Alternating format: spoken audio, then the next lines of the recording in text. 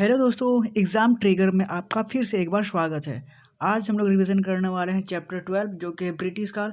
पिछले वीडियो तक हमने चैप्टर 11 तक रिवीजन कंप्लीट कर लिए थे। आज हम लोग चैप्टर 12 करने वाले हैं। यह है रामबाण बुक की, जो कि 2015 से लेकर 2024 तक सारे के सारे प्रीवियस ईयर्स के पेपर दिए गए हैं।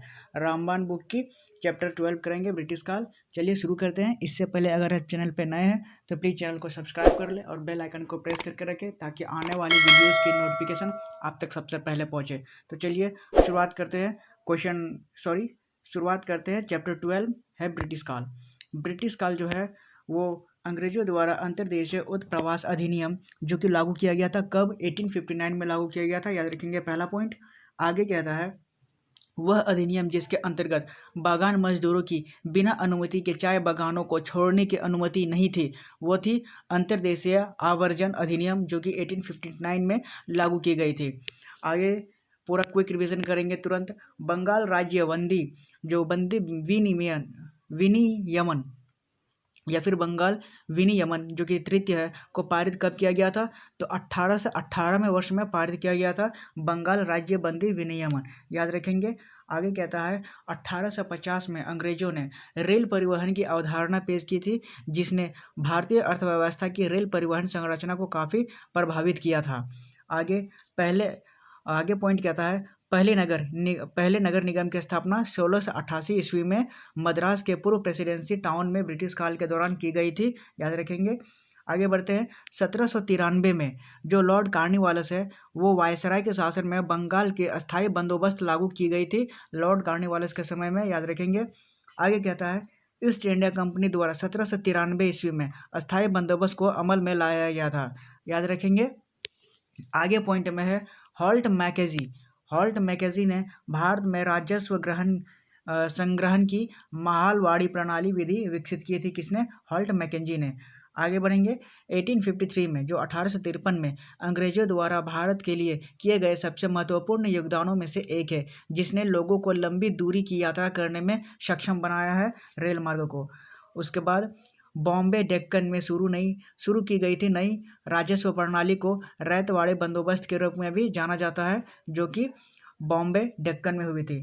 आगे कहता है दादा भाई नौरोजी जो कि वर्ष 1892 में यूके में हाउस ऑफ कॉमन्स में के पहले भारतीय सदस्य बने थे। कौन? दादा भाई नौरोजी, याद रखेंगे। आगे पॉइंट में कहता है जो दादा भाई नौरोजी है वो 1867 में भारत के प्रति व्यक्ति आय की गणना और उसकी जो अपनी किताब पॉवर्टी एवं ब्रिटिश रूल इन इंडिया से प्रकाशित किया गया था। दादा भाई नौरोजी ने 1867 में की थी। उनकी बुक का नाम था poverty and un British rule in India. आगे बढ़ते हैं। आगे कहता है स्वतंत्रता से पूर्व जो भारत में गरीबी की अवधारणा पर चर्चा करने वाले सर्वप्रथम व्यक्ति कौन थे? तो दादा भाई नौरोजी हैं, याद रखेंगे। एनटीपीसी को पूछा गया है। आगे कहता है वर्ष 1818 में भारत के पहली कपड़ा मिल जो कि कलकत्ता के पास फोर्ट ग्लास्टर में स्थापित की गई थी, याद रखेंगे, कलकत्ता में खोली गई थी। आगे है भारत में जो अंग्रेजों द्वारा यात्रियों के लिए रेलवे की शुरुआत की गई थी 1853 में, किसके शासनकाल में? Lord Cornwallis. 1853 में डलहौजी के टाइम पे। आगे कहता है भारत में पहली यात्री यानी रेलगाड़ी महाराष्ट्र के राज्य में शुरू की गई थी, याद रखेंगे। स्वतंत्रता प्राप्ति से पूर्व भारत का जो सर्वप्रथम जूट मिल है वो बंगाल में स्थापित किया गया था। आगे वर्तमान के जो पश्चिम उत्तर प्रदेश और मध्य प्रदेश और पंजाब के कुछ हिस्सों में जो 1830 में महालवाड़ी व्यवस्था को शुरू किया गया था, किसमें? उत्तर प्रदेश, मध्य प्रदेश और पंजाब के कुछ इलाकों में। और रैयतवाड़ी व्यवस्था को शुरू की गई थी 1820 ईस्वी में, याद रखेंगे। रैयतवाड़ी व्यवस्था 1820 में शुरू हुई थी। रैयतवाड़ी व्यवस्था को बम्बई और मद्रास में शुरू किया गया था। और वॉरेन हेस्टिंग्स जो कि वायसराय था, इजारेदारी व्यवस्था की शुरुआत की, जिसके अनुसार राजस्व एकत्र करने का 5 साल की अवधि के लिए दिया गया था, याद रखेंगे। वॉरेन हेस्टिंग्स था। आगे प्रीवियस ईयर्स के क्वेश्चंस करेंगे जो कि एमसीक्यूज द्वारा दिए गए हैं। क्वेश्चन नंबर 1 कहता है निम्नलिखित में से किस इमारत का निर्माण प्रथम विश्व युद्ध में बलिदान देने वाले अविभाजित भारत के सैनिकों के युद्ध स्मारक में रूप में किया गया था? तो इंडिया गेट की, याद रखेंगे। ऑप्शन नंबर बी हो जाएगा, इंडिया गेट। आगे कहता है क्वेश्चन नंबर 2 फोर्ट विलियम का निर्माण ईस्ट इंडिया कंपनी ने करवाया था। इस किले के निर्माण स्थल के लिए गोविंदपुर गांव का उजाड़ा गया था, याद रखेंगे। गोविंदपुर को उजाड़ा गया था, किस लिए? और जो फोर्ट विलियम है उसका निर्माण ईस्ट इंडिया कंपनी ने करवाया था इस किले का निर्माण के लिए। आगे बढ़ते हैं क्वेश्चन नंबर, एमसीक्यूज में 2 ही क्वेश्चन थे, बाकी सब वायसराय के बारे में जो गवर्नर जनरल बने थे उसके लिए है। चलो डिटेल्स में देखते हैं। जैसे वॉरेन हेस्टिंग्स 1773 से 1785 तक वो बने थे, तो उसमें क्या क्या हुआ था। तो रेगुलेटिंग एक्ट हुआ था 1773 में। पिट्स इंडिया एक्ट हेस्टिंग्स के समय में हुआ था। वर्ष 1774 का रोहिला युद्ध भी हेस्टिंग्स के समय में हुआ था। और वर्ष 1775 और 82 तक प्रथम मराठा युद्ध, और वर्ष 1782 में सालबाई की संधि हुई थी हेस्टिंग्स के समय में। और वर्ष 1780 से 84 में दूसरा मैसूर युद्ध हुआ था वॉरेन हेस्टिंग्स के शासनकाल में, याद रखेंगे। आगे बढ़ते हैं, लॉर्ड कॉर्नवालिस के शासनकाल में क्या क्या हुआ था। तो कॉर्नवालिस के समय में तीसरा मैसूर युद्ध हुआ था और रंगपट्टनम की संधि हुई थी, और कॉर्नवालिस कोड भी हुआ था, और बंगाल का अस्थायी बंदोबस्त जो कि 1793 में हुआ था लॉर्ड कॉर्नवालिस के शासनकाल में।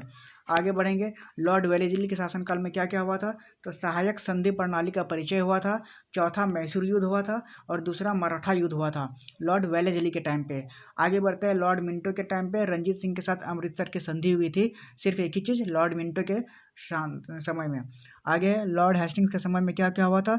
तो एंगोलो नेपाल युद्ध हुआ था और शुगोलो की संधि हुई थी 1814 और 1816 में। तीसरा मराठा युद्ध हुआ था 1817 में और 19 में, और मराठा परिसंघ का विघटन हुआ था, और रैयतवाड़ी प्रणाली की स्थापना हुई थी लॉर्ड हेस्टिंग्स के समय में।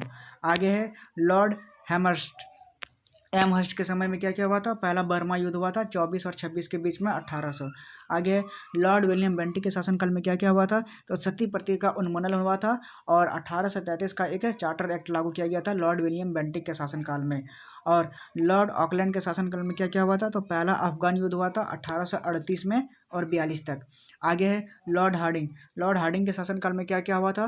पहला आंग्ल सिख युद्ध हुआ था 1845 से 46 तक, और लाहौर की संधि हुई थी 1846 को, और कन्या भ्रूण हत्या का उन्मूलन जैसे सामाजिक सुधार हुए थे किसके काल में, लॉर्ड हार्डिंग के शासनकाल में। आगे है डलहौजी के टाइम पे क्या क्या हुआ था। तो दूसरा आंग्ल सिख युद्ध जो कि 48 से 49 में हुआ था, 1848-49 में।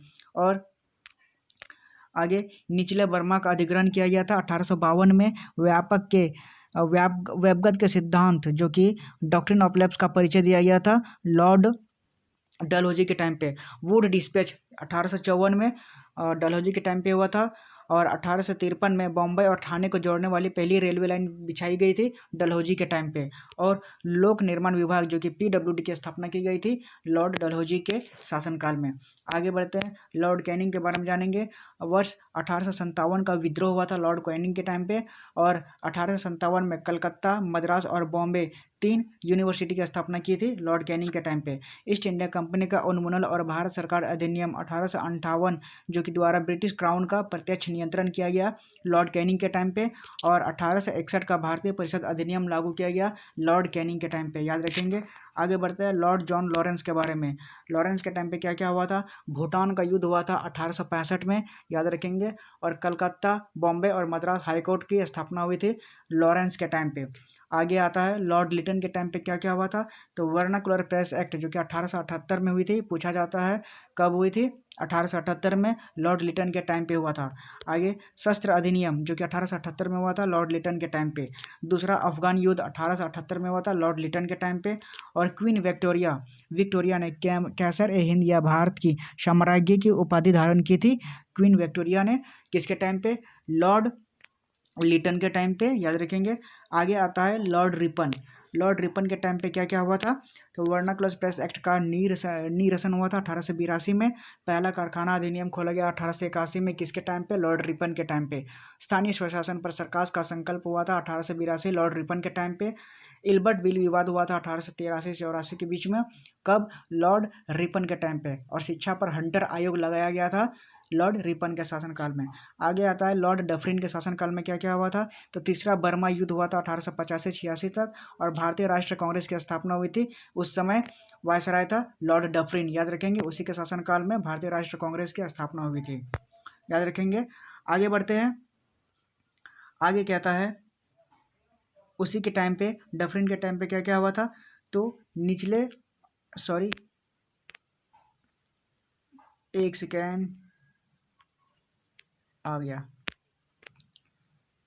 निचले बर्मा अधिग्रहण जो 1852 में हुआ था, वेबगत के सिद्धांत को परिचय दिया था, Wood dispatch, Lord Canning. Sorry दोस्तों, ये तो पिछले चैप्टर का पेपर है। आगे देखेंगे लॉर्ड लैंसडाउन के बारे में, जो कि यहाँ से है, जूम कर लेंगे। लॉर्ड लैंसडाउन के बारे में ये क्या है, 1888 से लेकर 1894 तक कारखाना अधिनियम लागू किया गया था।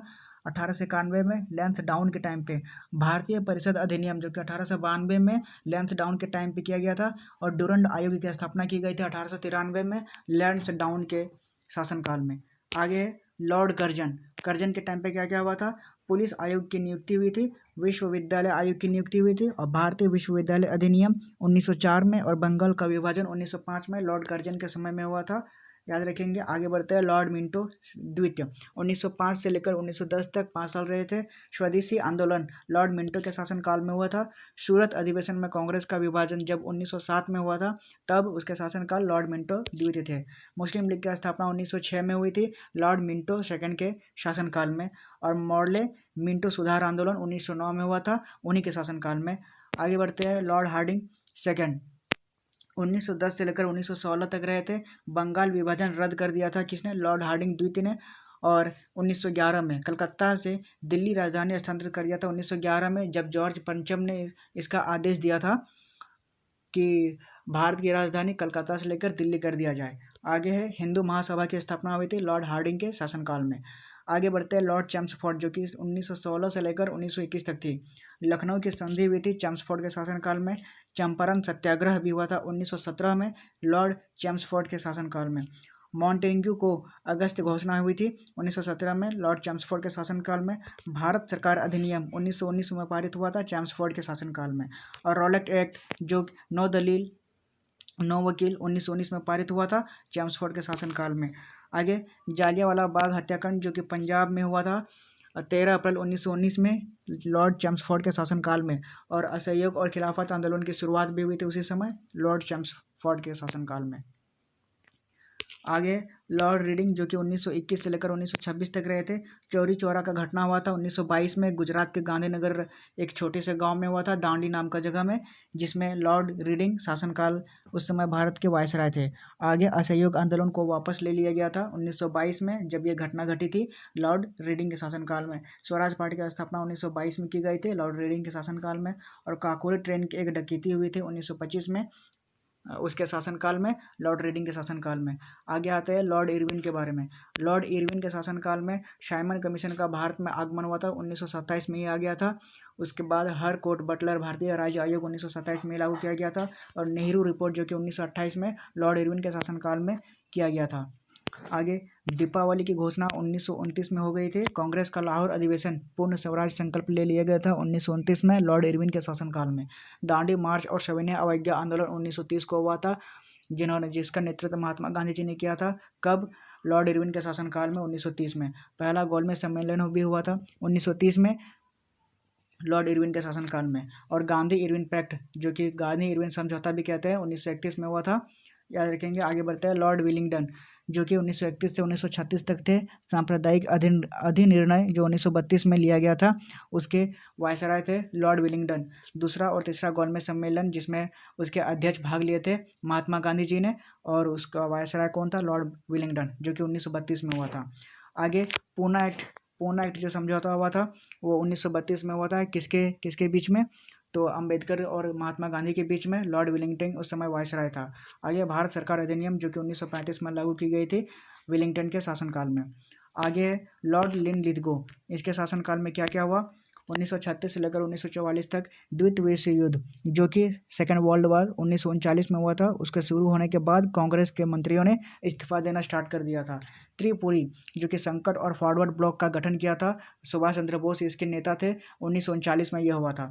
मुस्लिम लीग का लाहौर संकल्प मुसलमानों के लिए एक अलग राज्य की मांग करना था, 1940 में यह घटना हुई थी। अगस्त प्रस्ताव 1940 में घटाया गया था, किसके, लॉर्ड लिनलिथगो के शासनकाल में। भारतीय राष्ट्र का सेना का गठन किया गया था 1941 में लॉर्ड लिनलिथगो के शासनकाल में। क्रिप्स मिशन भी 1942 में भारत आया था लॉर्ड लिनलिथगो के शासनकाल में। और भारत छोड़ो आंदोलन, जिसके नेता थे सुभाष चंद्र बोस, और 1942 में उसके भी वायसराय थे लॉर्ड लिनलिथगो। आगे बढ़ेंगे, लॉर्ड वेवल के शासनकाल में जो 1944 से लेकर 1947 तक थे, उनके बीच में घटना हुई थी। सी राजगोपालचारी का CR फॉर्मूला 1944 में हुआ था। वेवल योजना और शिमला सम्मेलन 1942 में ही हुआ था। कैबिनेट मिशन जो कि भारत में आया था 1946 में अंग्रेजों को भगाने के लिए। प्रत्यक्ष कार्यवाही दिवस 1946 में लगाया गया था लॉर्ड वेवल के शासनकाल में। क्लेमेंट एटली द्वारा भारत में ब्रिटिश शासन की समाप्ति की घोषणा 1947 में हुई और तत्पश्चात 15 अगस्त 1947 को देश को आज़ाद किया गया। उसके बाद लॉर्ड माउंटबेटन के शासनकाल में जब वो देश के पहले वायसराय बने थे। जून 3 प्लान जो कि 1947 में हुआ था। रेड क्लिफ आयोग लॉर्ड माउंटबेटन के शासनकाल में। और भारत की स्वतंत्रता 15 अगस्त 1947 को हुआ था। उस समय वायसराय लॉर्ड माउंटबेटन थे, याद रखेंगे। आगे चक्रवर्ती राजगोपालचारी जो कि 1948 से लेकर 50 तक 2 साल तक कार्य किए थे। भारत के अंतिम गवर्नर जनरल और प्रथम भारतीय गवर्नर जनरल थे। वर्ष 1950 में अस्थायी रूप से यह पद गवर्नर जनरल समाप्त कर दिया गया था। जितने भी शासनकाल में वायसराय थे सारे कंप्लीट हो चुके हैं, याद रखेंगे। और आज का सेशन यही समाप्त होता है। आज के लिए इतना ही, मिलते हैं अगले वीडियो में।